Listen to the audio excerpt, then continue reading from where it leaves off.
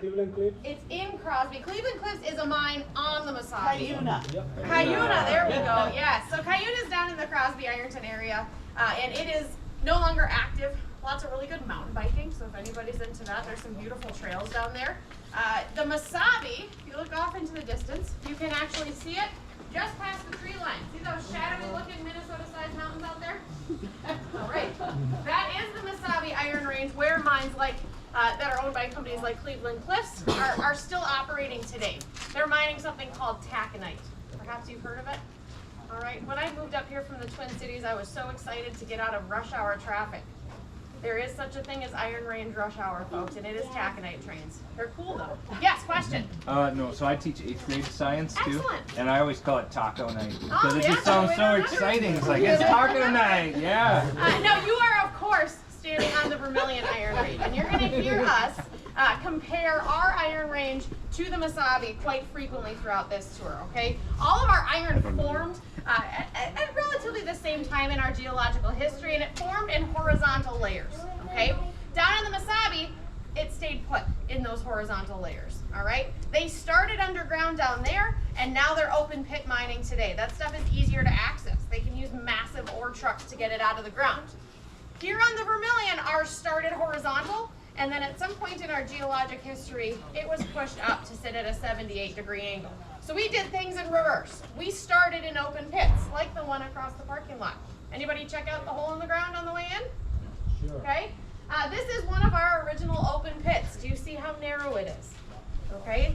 That leads us to some issues, all right? The deeper we get into a narrow open pit, the more issues we have with rock slides, right? Stability, that's a problem. So we are underground within our first decade of operations here in Sudan, and you're about to travel to our most modern level in Sudan underground, okay? Now, questions so far? I'll continue. I told you, if you let me, I'm gonna talk at you. I'm good at it. All right, now the ride we're gonna take today is a little bit more modern than what our miners would have taken back in the time of mining. In fact, we're in the business of hauling iron out of the ground. We're in the business of hauling humans into the ground to show them level 27. So in place of an ore skip, we have a double deck cage. What we're gonna do in just a moment, we are waiting for a call from level 27. There's a tour underground right now. Once we get the call from them telling us the train has come in, if you will, they're ready to come up to the surface, then a cage will join us and we will split up into both decks of that cage to head underground, okay? Now do not make the mistake of calling this contraption you're about to ride in an elevator. It is not an elevator. Here's why that matters, okay? We have special legislation in the state of Minnesota to designate us a cage and hoist system. And that's because our maintenance schedule is quite different. I would argue that this is much safer than a modern day elevator.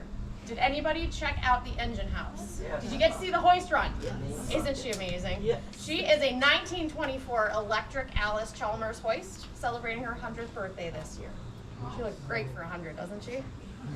She's a really cool machine. Alice Chalmers. It is Alice Chalmers, you got it. We did some research this past summer and I found the original article that came out in a local paper about this new innovation at the Sudan mine when they installed that hoist. Pretty cool. Questions about any of that? What was the hoist like before the 1920s? Great question. Well, there was more than one hoist. That's the biggest difference. They were smaller, and we have maps of this place, and we really try to put together as cohesive of a picture as we can. We've located about 18 different shafts that were actually operated at some point in time on this property. One of which is not too far in that direction, maybe about 100 yards. The other of which in this direction is in our West Tower pit. Each of those shafts actually have their own engine house, if you will. Smaller operations with steam-powered hoists within them. Those, of course, are long gone.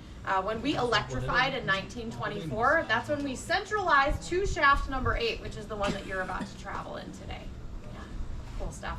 If you go down, if you have some time to explore around when you're done here, you can actually go down past our summer entrance, down to where we call them the boathouses, down on Lake Vermilion. Those boathouses were owned by guys who worked here. They've been passed down through generations of families of guys that worked here, which is really cool. But I bring that up because the tower is still there from the steam plant. Yeah. All right, as you can see, our cage has joined us. See those big wheels on the back of it? It's not an elevator anyways, it's a train car. Okay, we're riding underground, essentially in a train car on its side. Did we get a call yet or no? We're good. Oh, excellent. Follow me this direction. So basically, it was steam powered before electric.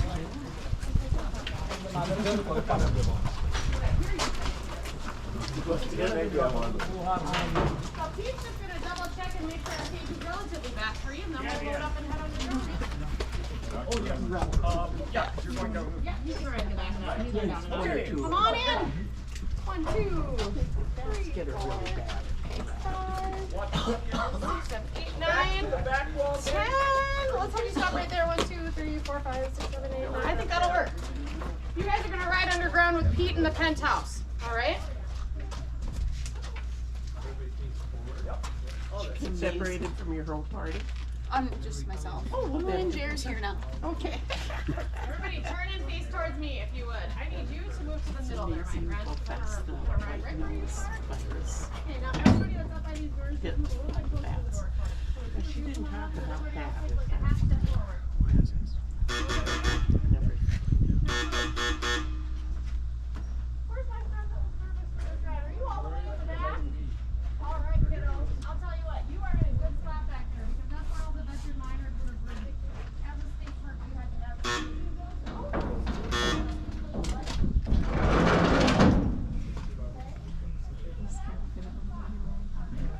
Okay, gang, come on in. First. Non-revenue generating passengers in the back. There, please.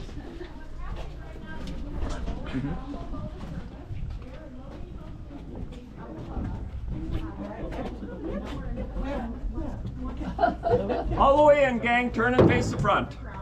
And the reason why we're making Royal for These are big ones. Okay, I'm gonna squeeze it. Squish me in there, get one. Here we go.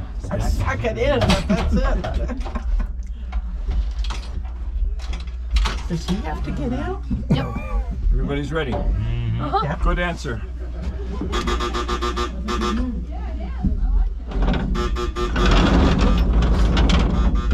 We are now going to go down about 12 feet and stop. As this cage goes down, the identical car to this one, just to our left, but a half mile below us, is coming up. When we stop, it's because that car is now at level 27 and it's taking on part of a tour that's coming out of the mine. Okay. So this is a scheduled stop, gang. Don't panic.